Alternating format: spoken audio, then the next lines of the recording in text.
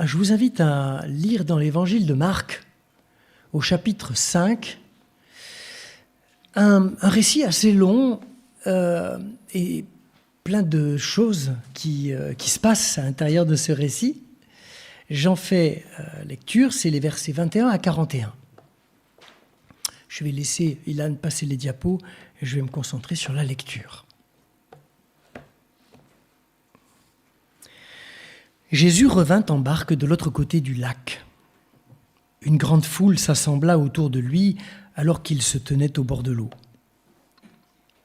Un chef de la synagogue locale nommé Jaïrus arriva. Il vit Jésus, se jeta à ses pieds et le supplia en disant avec insistance « Ma petite fille est mourante. » Dit-il, « Je t'en prie, viens et pose les mains sur elle afin qu'elle soit sauvée et qu'elle vive. » Jésus partit avec lui.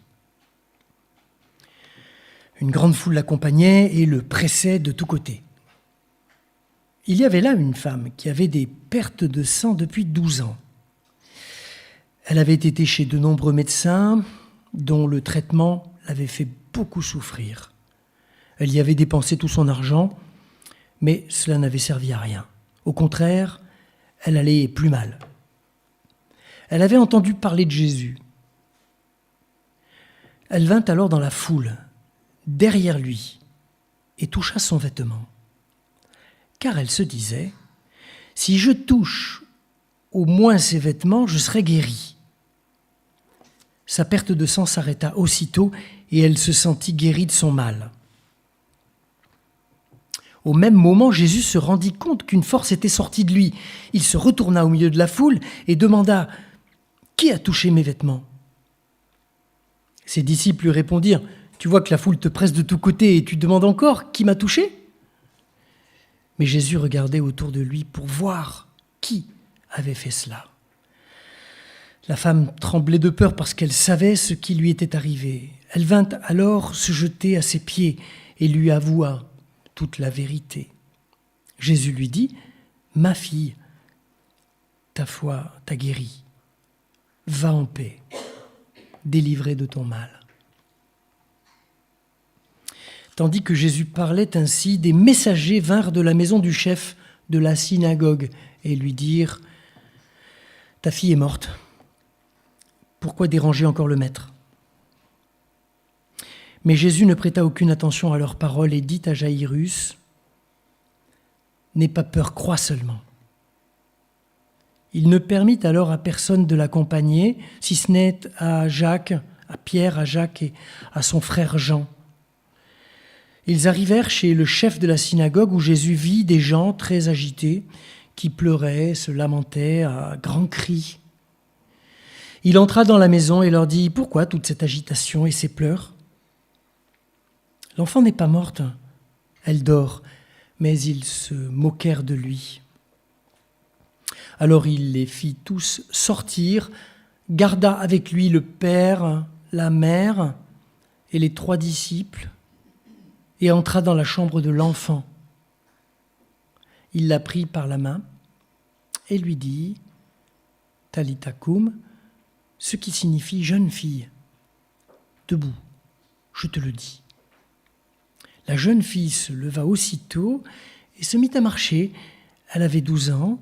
Aussitôt, tous furent frappés d'un très grand étonnement.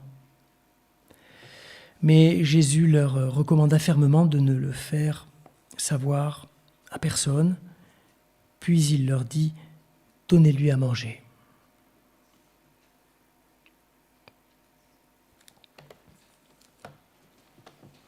Nous chantons quelques instants « Seigneur » en silence.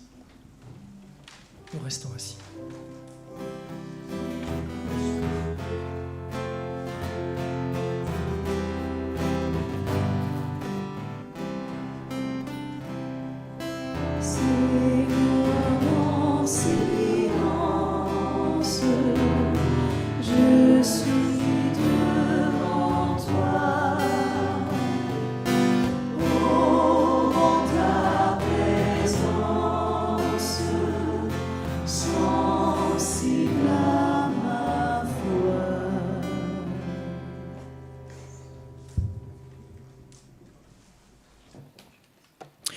Vous l'avez entendu, ce récit d'évangile entrecroise deux histoires, un peu comme dans la vie de tous les jours d'ailleurs, hein.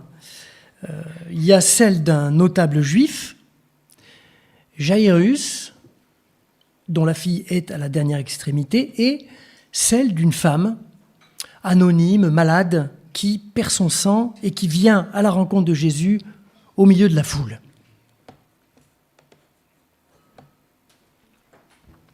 Jaïrus est un homme qui a un nom. Il est chef de la synagogue, il a du pouvoir, il a une famille, une maison, du personnel de maison, de la richesse. On dirait aujourd'hui que Jaïrus, c'est quelqu'un. Étrange langue française. Autant dire que si lui est quelqu'un, qui sont les autres? La foule, cette femme malade, anonyme, tous ces anonymes, personne. Mais Jaïrus est aussi un père plein d'amour, qui donnerait tout pour sauver sa petite fille malade. Et il vient à la rencontre de Jésus, il s'adresse à lui, vous l'avez vu, publiquement. Son humilité a quelque chose d'un peu ostentatoire, hein. Il se jette aux pieds de Jésus, mais elle est bien réelle. Et ce qui me frappe dans le récit, c'est que ce Jaïrus est aux commandes de son histoire, aux commandes de l'opération. Je vais sauver ma fille malade. Et à ce stade du récit, Jésus n'est pour Jaïrus qu'un moyen, un dernier recours de guérison de sa petite. Voilà, Jaïrus est en mission. Puis il y a cette femme anonyme, qui débarque dans le récit du milieu de la foule. Après Monsieur Quelqu'un, voici Madame Personne. Au milieu de tout le monde, au milieu de nulle part. Et son personnage est simple à décrire. Elle est malade, probablement sans enfant. Elle est exclue de la vie sociale et religieuse, de la vie de la synagogue, à cause de sa maladie qui la rend impure. Bon, là, je vous renvoie à Lévitique 15 et vous verrez pourquoi, le détail. Et cette femme est sans nom, anonyme. On ne la reconnaît pas, on ne la connaît pas. Elle approche Jésus en cachette, par derrière, nous dit le texte. Vraiment, tout oppose ces deux personnages, Jaïrus et la femme. Pourtant, une chose les rapproche, c'est le désespoir. Ils portent en eux la même angoisse de mort. Jaïrus souffre de ce qu'il possède, sa fille malade. La femme souffre de ce qu'elle n'a plus, la santé, la vie qui s'échappe à petit feu.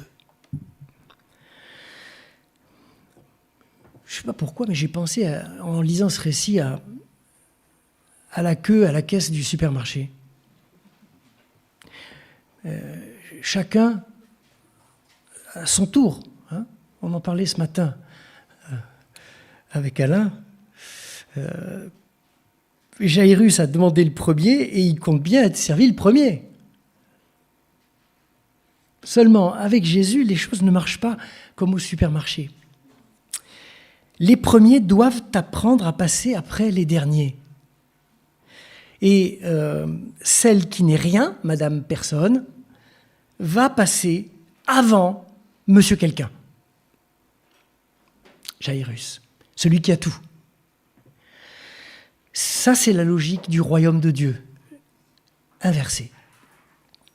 Et dans la foule, revenons sur cette femme, je l'imagine jouer des coudes, parce que c'est une foule assez dense, jusqu'à ce que Jésus soit à portée de sa main.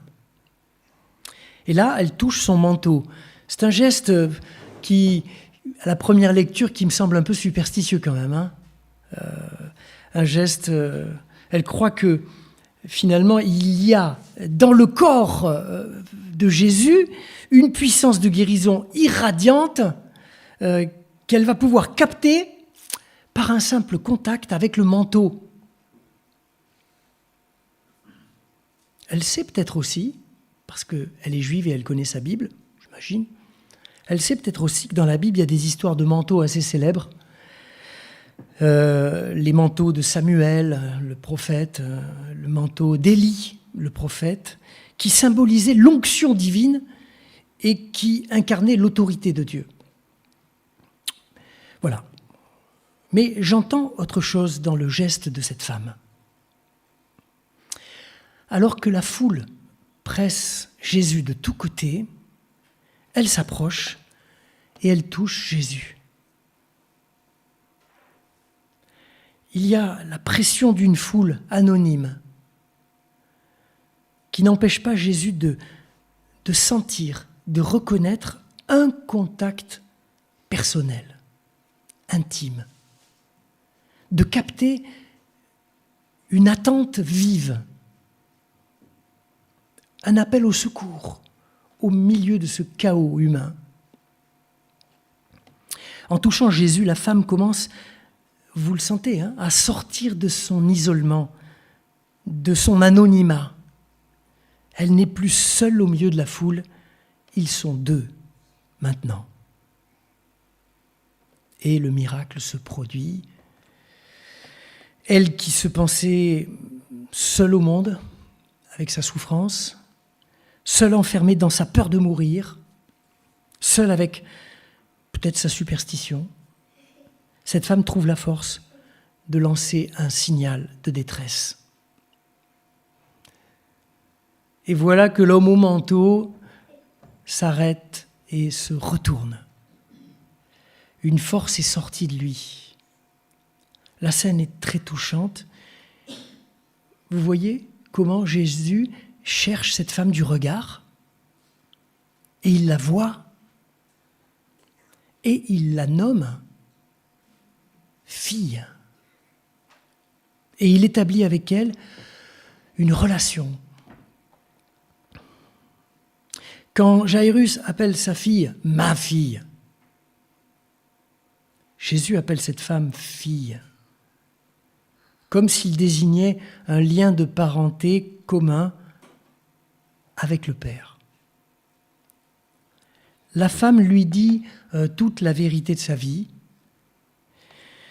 Jésus était parti à la rencontre de la fille d'un autre, et voilà qu'il découvre en chemin une autre fille.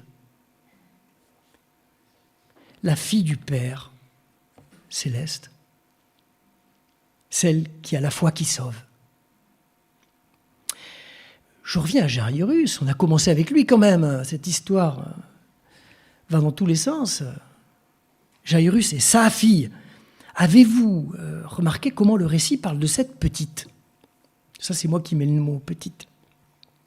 Elle est appelée tour à tour fille, fillette et enfant. 3 mots différents dans le texte grec. Mais elle n'est pas un sujet à part entière.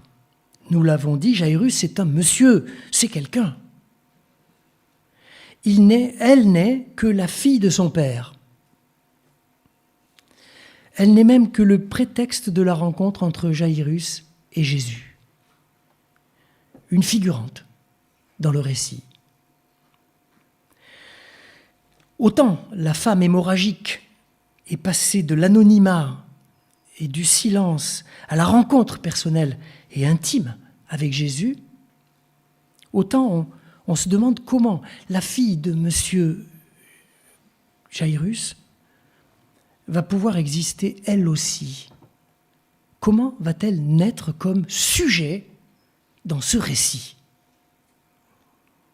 Et la réponse va être donnée de façon assez brutale. On vient informer Jairus que sa fille est morte. Elle n'aura donc été dans ce récit que l'expression d'un combat et d'une souffrance d'un père. Elle n'aura pas eu d'existence propre dans le récit. Pas de rencontre personnelle avec Jésus, comme l'a eu cette femme hémorragique, comme l'a eu Jaïrus, son père.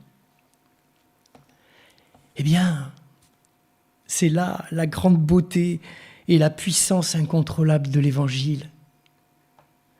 Dans la présence du Christ, il n'y a jamais de figurant, jamais de second rôle. Il n'y a jamais de dernier de la classe, de petits invisibles, n'existant que dans l'ombre ou dans le regard des autres, des grands. Non, il n'y a pas de fille ou de fils d'eux. Jésus vient dans le monde pour que chaque être humain, chacun d'entre nous, sœurs et frères, puisse naître et venir à son existence propre. Une existence libérée de ses chaînes, allégée de ses forces de mort. Une existence chargée d'espérance. Une espérance qui transforme celui ou celle qui vient la saisir. Les premiers, les puissants, les possédants, les bien nommés passeront après. Et ça, c'est une bonne nouvelle. Ils représentent 10% de l'humanité, les puissants. Alors que les petits, les sans-voix, les petites mains besogneuses ou superstitieuses représentent tout le reste. Et j'en conclus que ça va faire beaucoup de monde là-haut. Beaucoup de monde, même si les riches n'en sont pas exclus. Jésus se trouve maintenant à la maison de Jaïrus. Tiens, au fait, on vient d'y découvrir la présence d'une autre personne, c'est la mère. L'enfant n'est donc pas que la fille de monsieur quelqu'un, de son père, elle est aussi la fille de sa mère. Et Jésus prend la main de l'enfant et lui parle. Il dit à ce petit corps sans vie, « Jeune fille, lève-toi. » Vous entendez ? L'enfant n'est plus ici nommé en référence au lien à son père. L'enfant se réveille à la voix de Jésus qui la nomme jeune fille. Et elle est ramenée à la vie. Elle n'est plus la fille de son papa. D'ailleurs, Jaïrus lui-même n'est plus appelé par son nom. Dès l'instant où Jésus entre dans la maison, il n'est plus chef, notable. Le grand monsieur que l'on sait, il devient simplement un époux qui se tient aux côtés de sa femme dans l'attente de ce que Jésus va faire pour leur enfant. Et la jeune fille revient donc à la vie. C'est une résurrection, certes, mais on peut y voir plus que cela. Cet éveil n'est-il pas la naissance d'une personne touchée par la grâce et appelée à une nouvelle existence? La fillette à son papa n'est plus, elle est morte. Il y a là une jeune femme de 12 ans qui s'éveille. 12 ans, c'est la majorité à l'époque. Elle se lève, elle se met en marche, précise le récit. Elle entre dans sa propre histoire, dans sa propre vie, une vie désormais marquée du sceau de la grâce, mais aussi de la responsabilité. Elle va dans sa vie. Sœurs et frères, nous sommes tous ce matin, peu ou prou, enfermés dans l'une de ces deux peurs. La peur de mourir ou celle de voir mourir un être aimé. Comme Jaïrus, nous sommes inquiets à l'idée de perdre notre beaucoup, notre tout. Ou comme la femme hémorragique, nous sommes angoissés d'abandonner le peu qui nous reste. Mais que nous soyons l'un ou que nous soyons l'autre, Jésus nous appelle à la vie, à naître par la foi à la vie de Dieu et peut-être à naître aussi à nous-mêmes, enfin. Il ne me reste qu'à terminer avec ce désir que Dieu nous accorde la grâce d'une nouvelle naissance. Amen.